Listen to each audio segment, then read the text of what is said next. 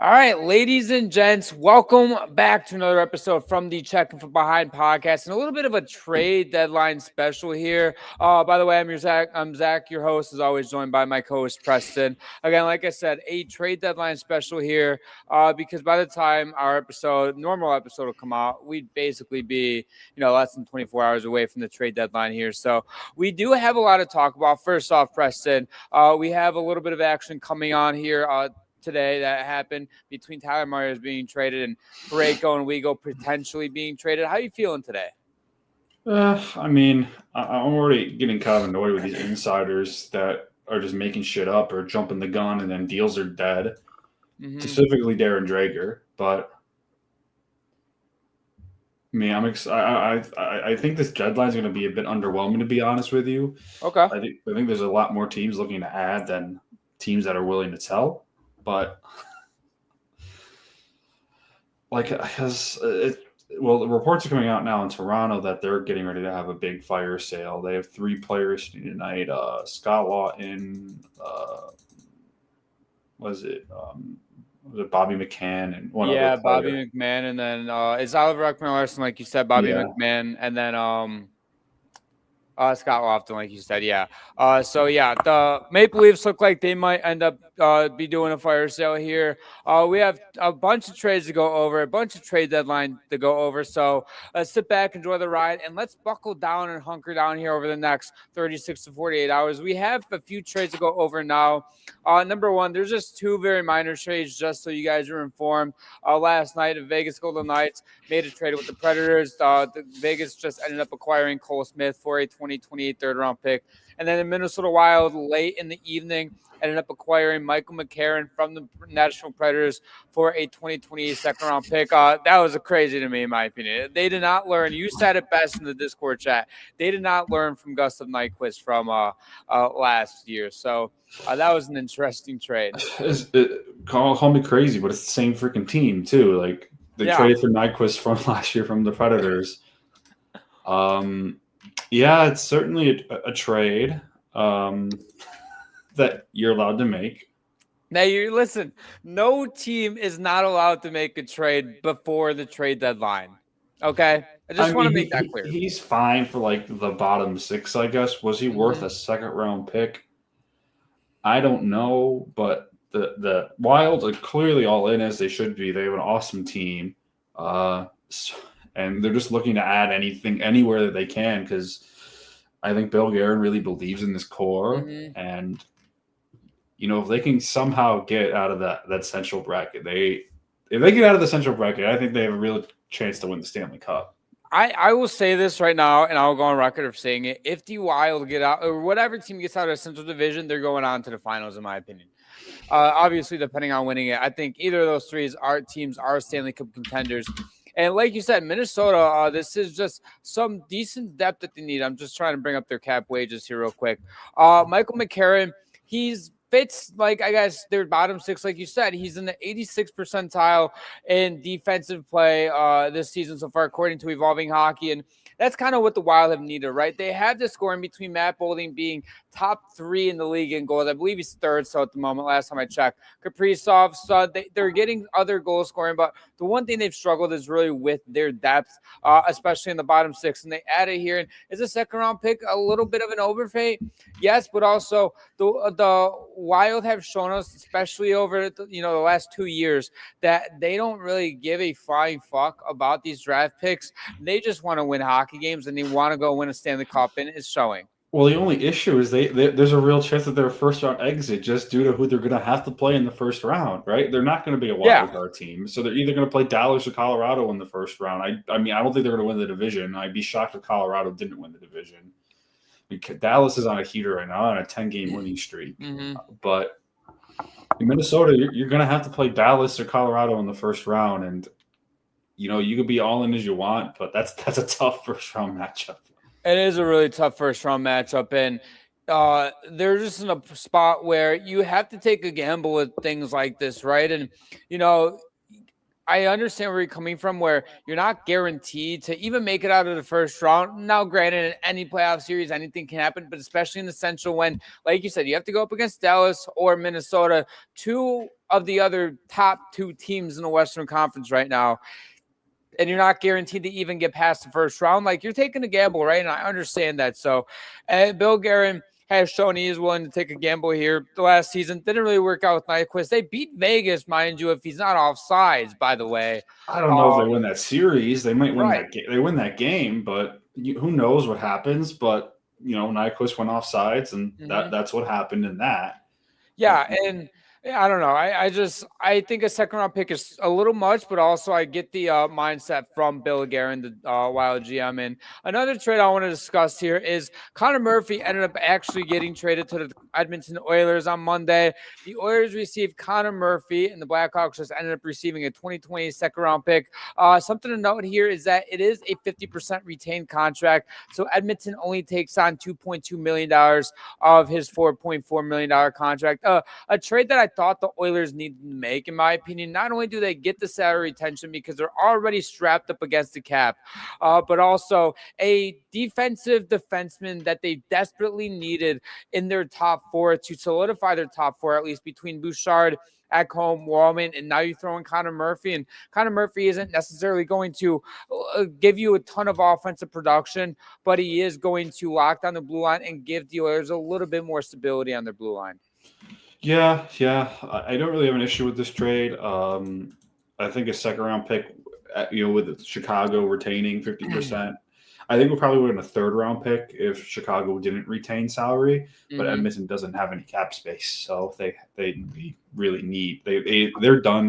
They're not going to make another move at the deadline unless they somehow move money out. They have $87,000 in cap space right now, so that's probably it for them. I like this move though; helps solidify their defense, and they need better defense right now. That Jari trade hasn't really worked out. I still not a big fan of that Tristan Jari trade. He's been pretty bad, honestly, looking at his stats since he got to Edmonton. Yeah, I mean, it's an Edmonton thing at this point. I said it in our last episode too, when discussing about Andrew Mangiapane before he eventually got I guess waived. Jesus Christ, I can't talk. By the Oilers, is that it's an Edmonton thing. Jari was playing really good hockey before he got to Edmonton. Gets to Edmonton, played a couple good games, gets injured, and he hasn't been good since. So I am thinking that it is an Edmonton thing with them, and I do agree with you as well. I do think that this is probably the only trade that the Oilers make, and it might be literally the only trade they're able to make, unless, like you said, they move out money because they are very tight on cap space. Who are they even going to move out though? I mean, I'm not a big fan of their forward core. They have a great top line, and then Nugent Hopkins, Hyman, and then that's it, really. I mean, yeah, like a lot of these contracts, because this is where the Oilers got into a problem, right? You're obviously paying Leon Draisaitl and Connor McDavid a well-earned money. You ended up paying Bouchard $10.5. Matthias Ekholm just got a 6-year extension over the offseason, and you're paying Jake Wallman after this season $7 million, who just got an extension. So you're paying your top guys big boy money, which is perfectly fine. They have deserved it. But everybody else, though, is like making $1 million, $2 million, $3 million, except Darnell Nurse, by the way, is making 9.25. And I'll keep bringing that up and bring it to the grave on this podcast until something's finally done with it. They can't move the contract. Well, I know that's what I'm saying is that I'll keep saying that it's one of the worst contracts that I've seen. I'll take that to my grave. But yeah, the Edmonton won't really be able to move much out here. And I want to get a little bit into more. Go ahead. I didn't say anything. Oh, sorry. I'm hearing shit. I want to get into a little bit of, I guess, bigger stuff here. We have another trade to go over. Tyler Myers being traded to the Dallas Stars. The Stars receive obviously Tyler Myers and the Canucks receive a 2027 second round pick and a 2029 fourth round pick. Again, another key note is it is a 50% retain here on Tyler Myers by the Vancouver Canucks. Yeah, this seems a little pricey, in my opinion, for Tyler Myers. He's going to play it in their bottom pair, so just helps solidify that blue line. He does have another year left on his contract, though, which I think made it a little bit more expensive with the salary retention. Not that Vancouver is desperate for cap space or anything. So, this is just another move by a cup contender going all in. Don't really have an issue with it. When you have a core, this might be the last year they have Jason Robertson on the team. They're going to go for it. They did have some money freed up from, unfortunately, Tyler Seguin, going to be out for the rest of the season. So they do get that full cap relief for him at the 9.8. Who knows if they make another move? I'd be surprised, but you can never count them out. Yeah, we've seen Dallas in the past really go ahead and make moves like this. We saw them a couple of off seasons ago make a move for Chris Tanev. Dallas has kind of been the team to make more depth moves like this, although we did see them last year go out and acquire a big fish in Mikko Rantanen and then sign him to a contract extension down the line. But that was a little different, though, because you're like going out to get an elite player. Like, this is your first line center, right? This is that's very different than acquiring like a depth piece. Yeah, it's much different. And Tyler Myers is a guy who he's not going to really give them a ton of minutes. He's there for depth purposes. He's there for, in case of injury or even fill in on that third pair. And he also adds a physical. He's going to play on the third pair. Yeah. Yeah. And he also brings a very physical presence to an already Stanley Cup contender. And I'm intrigued to kind of see how things work with them. But he's only getting paid 1.5 for the next year and a half by Dallas. Obviously, has a $3 million total contract with the 50% retained. So, I mean, I know there were rumors about him going over to Dallas, but obviously Myers had to waive a no movement clause. And, I'm not really surprised he ended up waiving it for a cup contender in Dallas. And speaking of no movement clauses, we have two, potential trades that are on the table right now. Number one, we have Colton Parayko was probably around maybe 4:45, 5 o'clock, was announced to be traded to Buffalo, our Buffalo Sabres. And at first, it was also reported that it was Merca and a first-round pick, plus they were awaiting more details. Well, it is currently 2 hours later, and Andy Strickland, who is very close with the Blues and everything and has sources inside the organization, said that he would be kind of surprised if he ended up waiving for Buffalo. So this trade could fall through if Parayko decides to not waive for Buffalo. Yeah, this was alluded to a little bit earlier when I was talking about Darren Dreger. I get, in the insider world, it's cutthroat. If you're not first on the report, you're not going to get the recognition or the article clicks or whatever. I don't know how they make their money. But he jumped the gun on reporting that the deal was pretty much done. He also reported on a story yesterday saying that the Sabres were in deep talks with Robert Thomas out of St. Louis. And then this morning, that pretty much said, the St. Louis is asking for way too much and Buffalo backed out. So, Colton Parayko has a full no movement clause, so he has every right to say no to this if he doesn't want to go to Buffalo. And it sounds like he's heavily weighing that decision right now. But other reporters have reported as well, in collaborating with Darren Dreger, saying that the framework of the deal has been agreed upon.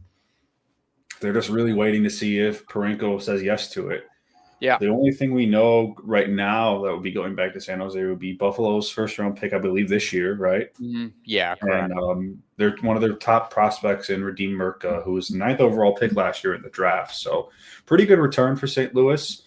And then Buffalo, you're getting Colton Parayko, I think, having a bit of a down year. I get the Blues are pretty bad, so that might have something to do with it. They've had bad goaltending this year too, which can affect the defensive numbers a lot. He has 4 years left on his contract. I mean, we'll see if this trade even happens, because there's a really good chance that this trade just never even happens. And there is a probably, I'd say 70-30 shot, maybe even a little bit more in favor of it not happening, which is unfortunate because you look at a team like Buffalo and this gives them the much needed depth that me and you talked about in the last episode about that they kind of needed to go out, right? We talked about not necessarily needing to go out and go get a Robert Thomas or a big fish, right? Solidify your depth. Go get another bottom 6-4. Go get another bottom pair defenseman, and Parayko can be that, or can even slide in a top 4, depending on how you really want to weigh your matchups. I'm still in favor of the top 4 of Darlene Power, Samuelson, and Byram, but that's a conversation for a different day. But either way, though, Parayko is, I know he's been known for his offensive game over the most of his career, but this season he's taken a step back offensively and has really been much better defensively, ranking in the 94th percentile according to HockeyStats.com by Jay Fresh here in even strength defense, which is obviously an elite status there. And I think that's exactly what the Sabres need, but especially going into the playoffs with Olympic medals and Stanley Cups and playoff experience. And he has the experience. He's physical. He's smart defensively, and that's what they want, right? Well, he's a right shot too. Exactly. That's the report I've been hearing is the Sabres really want a right shot defenseman. And when things haven't really worked out with Kesselring because of injury issues this season, now you're kind of forced at the deadline and force your hand to go out and get another right-handed defenseman that can help you right now. And in terms of the reported package, at first I was like, why are we giving up this much for Parayko? Then it clicked in my head when I wasn't so reactionary about, okay, well, Mirka probably isn't ready for the NHL, at least for a minimum another year, probably closer to 2 years. On top of it, he needs to develop as an NHL defenseman.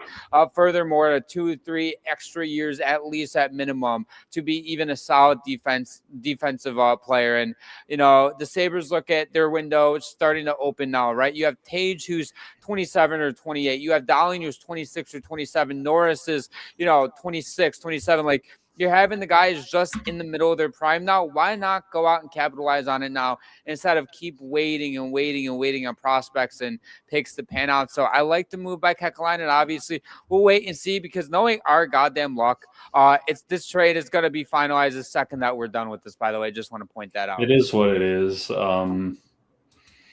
Yeah, with Mirka specifically, when I first heard the reported package, if this trade actually goes through, is, the Sabres have Dahling, they've Owen Power, and they have Samuelson all on long-term deals, so those guys aren't going anywhere anytime soon. If they brought in Parayko, he has another 4 years left on his contract, so there's your top 4 defensemen right now.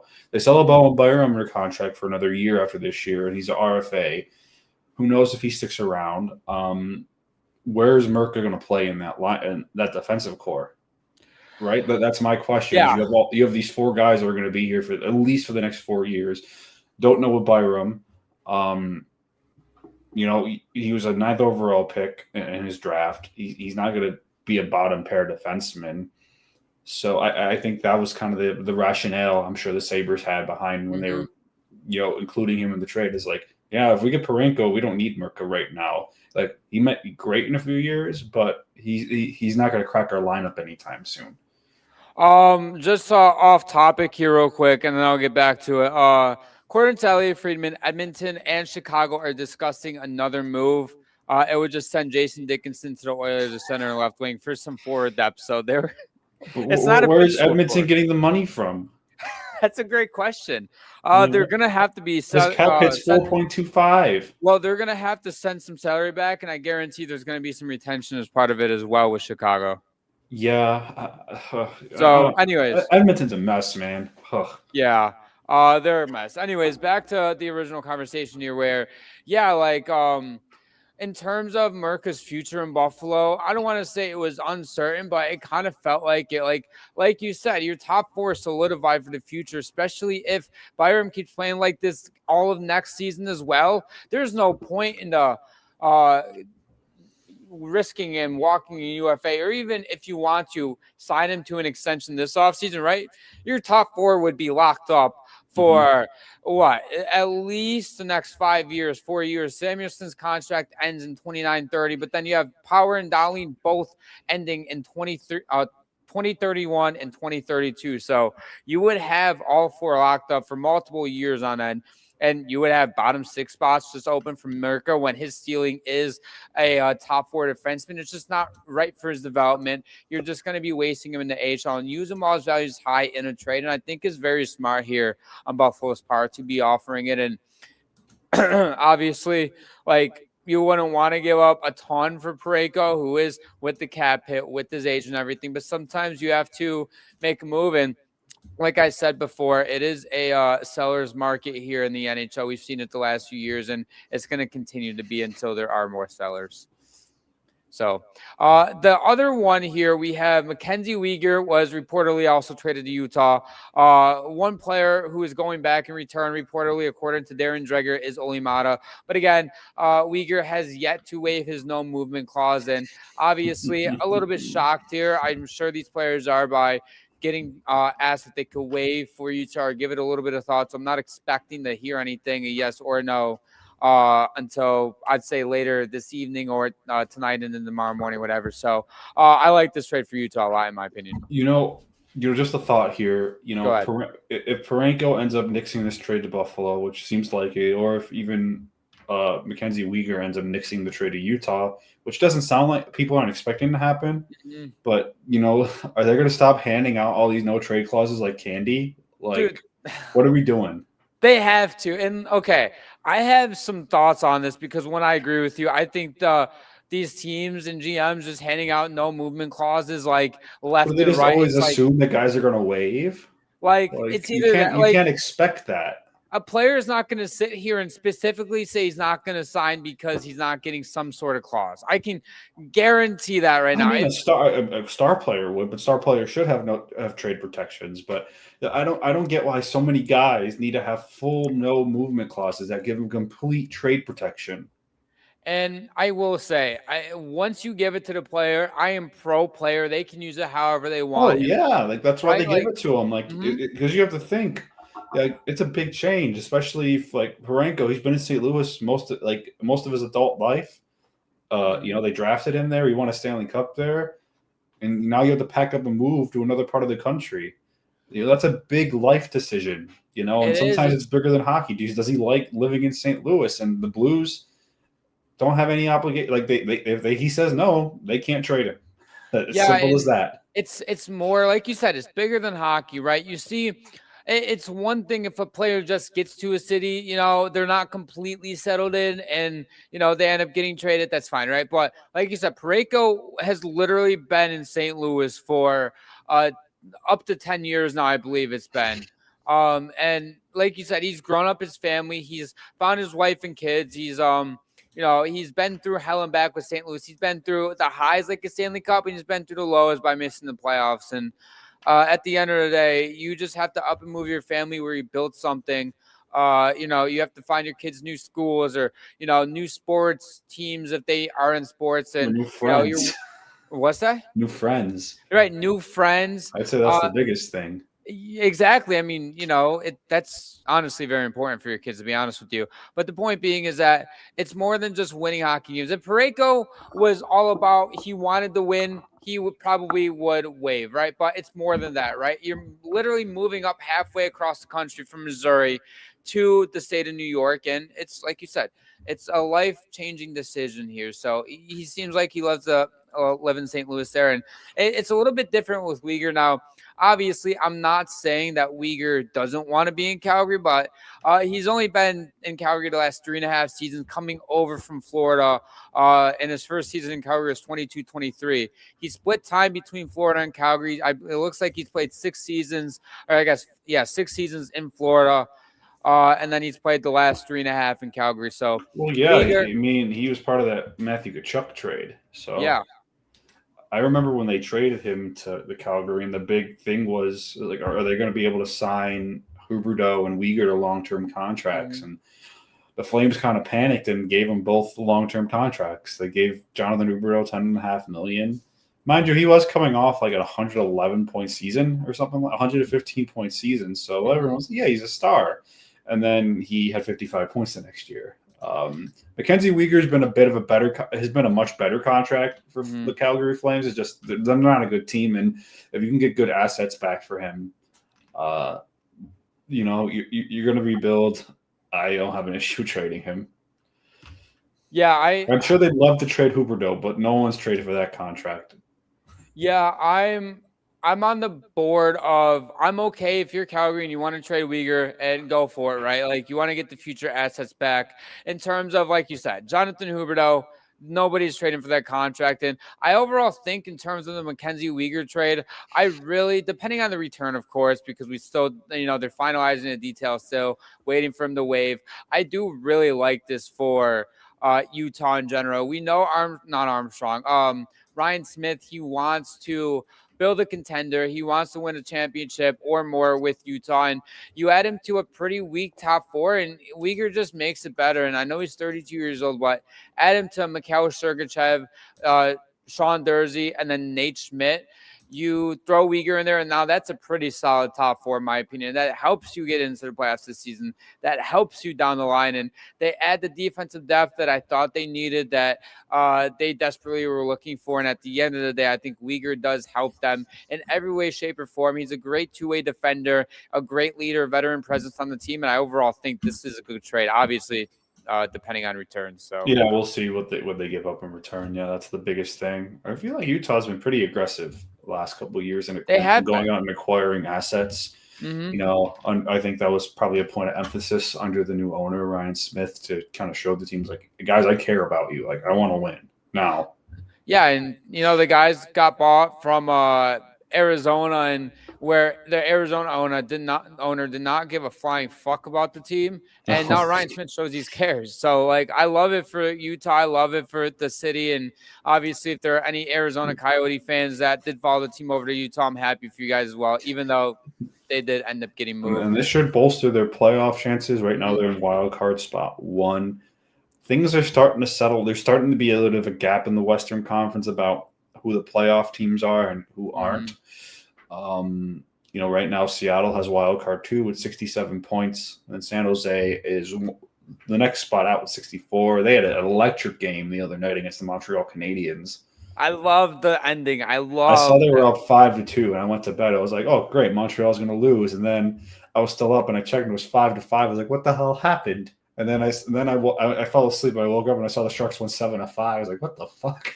That was a crazy game. I was not up for any part of it because I was dead asleep. But when I saw the final scores from the other day, I was like, "What the hell just happened?" Dude, once San Jose can get some decent defense, dude, they're going to be scary good. Macklin Celebrini is a superstar. Mike Greer's building something special over there, except he ended up signing Kiefer Sherwood to a 5-by-6 he scored a goal that game. He's like, "You know what? I don't know about you." And then he scores. Then he has a goal and assist. He's like, "You know what? Here's a 6-year contract." He saw that and he's like, "All right, enough said." And then that meme of like the dude just like pounding his card at the table, and that was Mike Greer to Sherwood. Sherwood this season so far, he ended up getting traded by the Canucks earlier this season to San Jose. On San Jose, and he's only had 5 games played. He has 2 points in those games. He had 17 goals and 44 points for Vancouver before obviously the trade. I think this is a fine contract. They obviously have a little bit of money to spend here, at least at the moment.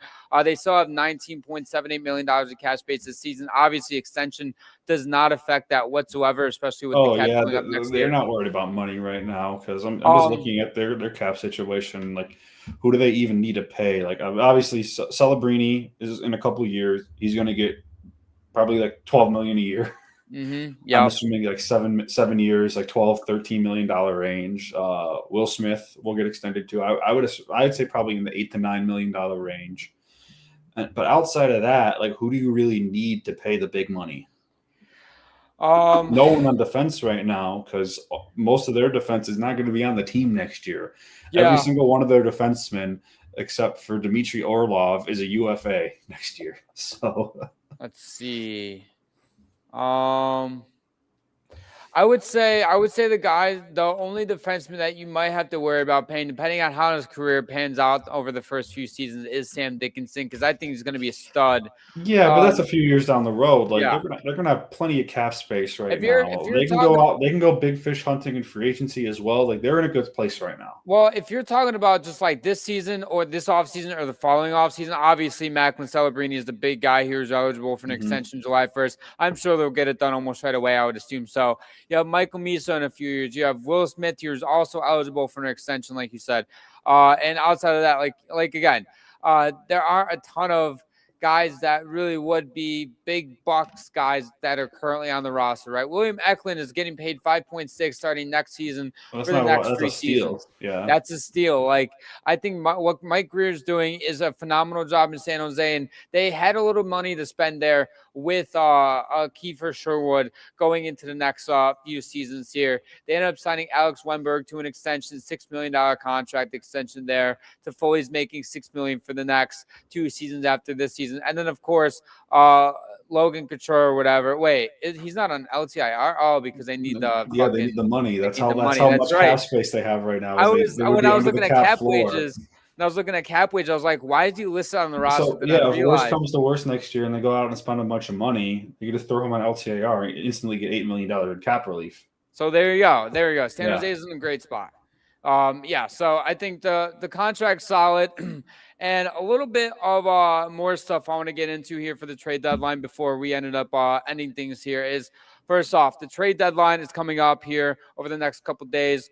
Kind of preview it here. Which teams will we think might be the most active in terms of who might go out and go big fish hunting or go out and just make a few depth moves and kind of be the team that you see in trades every other alert that you get. And I think there are a couple teams that could end up being active, but at the end of the day too, it's all speculation, right? You can report something and see another reporter say something about, well, you have these 4 teams that are trying to make a push for this player in the last hour, right? And it turns out none of those teams end up trading for that player, except it's a complete different team, right?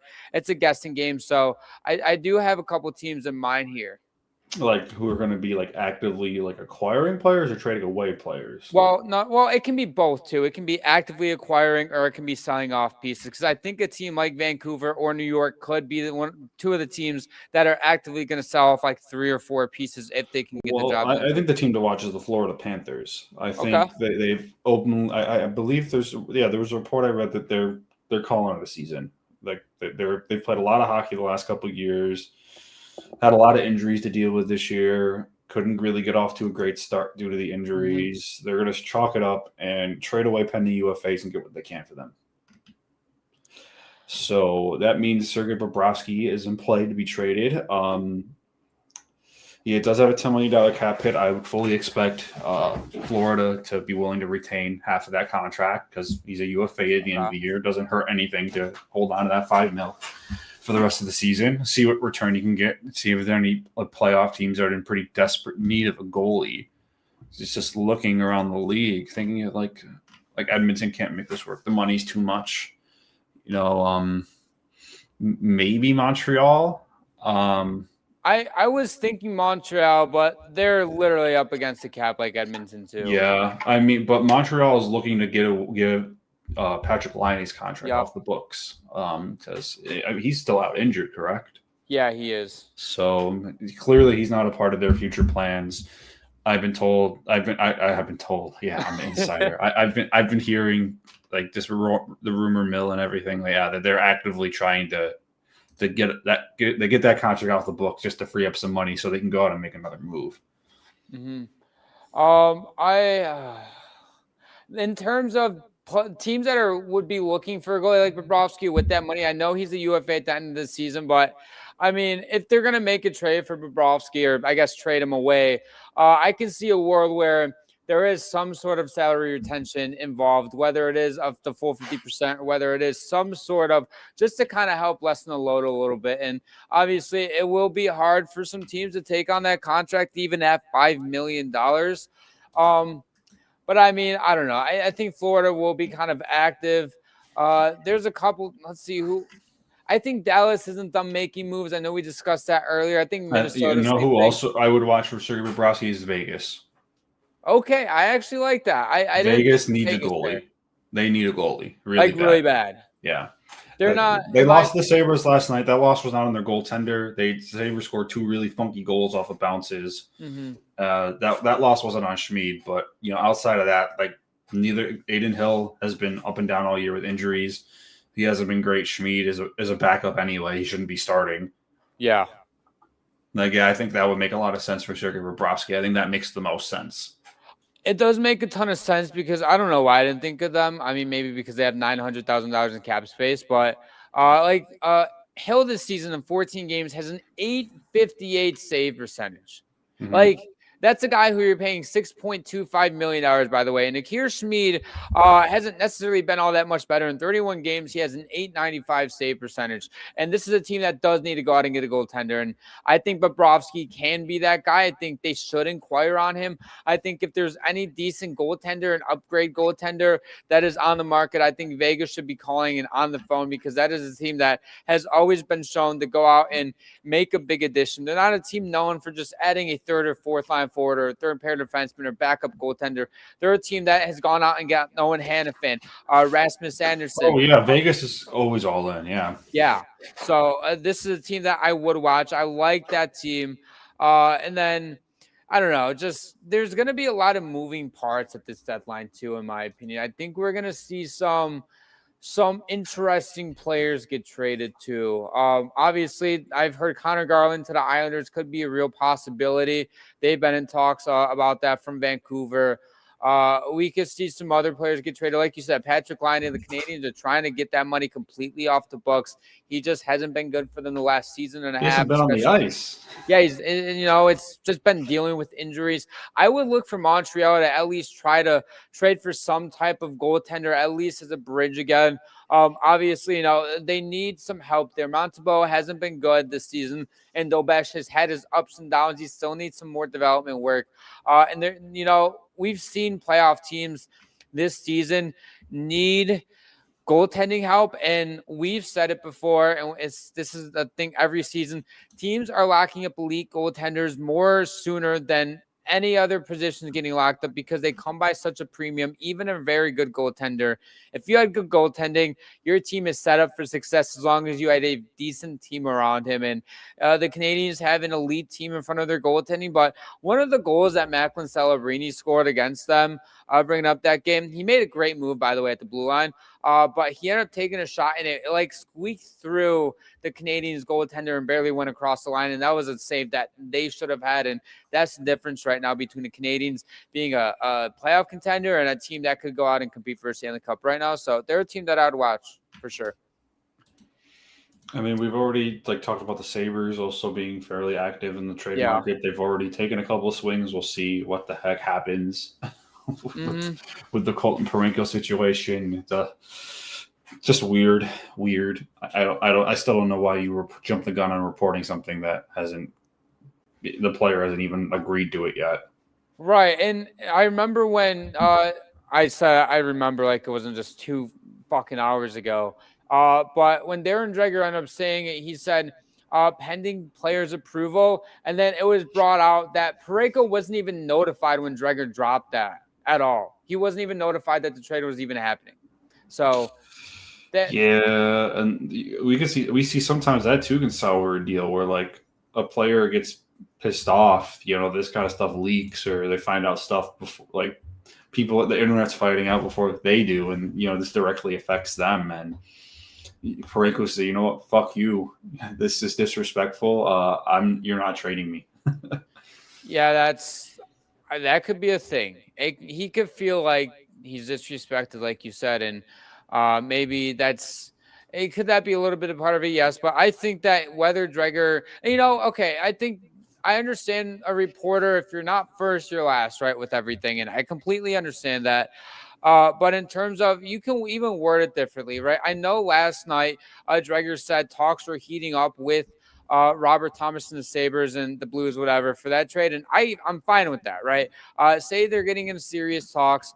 And then some like random package came out, like some rumored package, which was, by the way, completely false, mind you. That was not true. It included like Owen Power, a first-round pick, and some other player. It might maybe be Yuri Kulich. I've heard the Blues were asking for Josh Norris. You hear a bunch of this stuff, right? If a reporter is, let's say the Parayko situation, for example, a reporter can say that St. Louis and Buffalo are finalizing a trade to send Parayko to Buffalo, and I'm obviously say pending players' approval, or can even say, just talks are heating up. That's all you really need to say. You don't need to solidify the trade and make it sound like it is happening when the player doesn't even know what's happening. And like you said, if he finds out over social media that he's being traded and somebody leaked it, like you said, It's like when Fleury found out he got traded to Chicago from Twitter, and then he almost retired because of it. These players like want to be told by their teams, especially if, you were like, in Parayko's situation where your entire career you're with the Blues, entire career you're the only GM is Armstrong, and you find out over social media, you're like, I've been here for a while now since my career started, and you're just gonna not tell me to my face or call me or notify me that I'm even being traded, like. That kind of can rub somebody the wrong way. So I totally understand that. Well, that's all I got. Do you have anything to add here before we hop off here? I hope it's not as boring as I think it's going to be. I think this is going to be a pretty dead trade deadline. I think we're going to see the majority of the deals happen tomorrow, honestly. Yeah, I have a feeling, especially after what we kind of got like a preview of today, we're going to see a lot more players get traded tomorrow. Tomorrow will kind of feel like a trade deadline. Then you'll see Friday, maybe about 20 trades happen that are just like a lot of draft pick trades, or even not draft pick trades in the sense of draft pick for draft pick, but like you send like a third line or fourth line player for a mid-round draft pick, those kind of trades that you see, the minor trades. So hopefully it's a banger. Hopefully we see Robert Thomas traded, Connor Garland. I don't think Robert Thomas will be traded. Dude, their asking price is insane. I don't think you don't trade a good player for a good player right now if you're a playoff team. The draft, definitely he could get traded. Yeah. Especially like once teams know where they're picking, and the Blues have a prospect list and they know who they like and stuff. Right now, just if you're a playoff contender, it doesn't make sense for you to trade one of your better players. I know Robert Thomas is a great player, but it just doesn't make sense right now to do that. I don't think it makes sense on St. Louis's part unless they feel like they are just hitting it out of the ballpark with their return. Well, yeah, I think that's what they're asking for. They're asking for a lot in return because they're not necessarily like in a hurry to move him. I don't see why they would want to trade him right now. He's the number one center. I know he's had a down year too. Everyone in the Blues has. They've been horrible. I think they should be sellers at the deadline. I think they should trade as many people as they can. I think they should trade Jordan Binnington. But we'll see what happens with them. But if they do end up trading Robert Thomas, I think it will be a draft day trade. Knowing that he'll probably get traded tomorrow to like Detroit or something. But if he gets traded to anybody inside the Atlantic Division, I'm gonna freak out. He's gonna get traded to Florida. I would freak out, even though they're currently sitting here at 10 points out. But you know what? It's for the future, right? Not this season. And real quick before we end things here, it looks like guess what? A no movement clause here is waived. It will be Dickinson for Mangiapane and a conditional pick. So of course, there's a no movement clause in that deal. Do they give Mangiapane a no movement clause?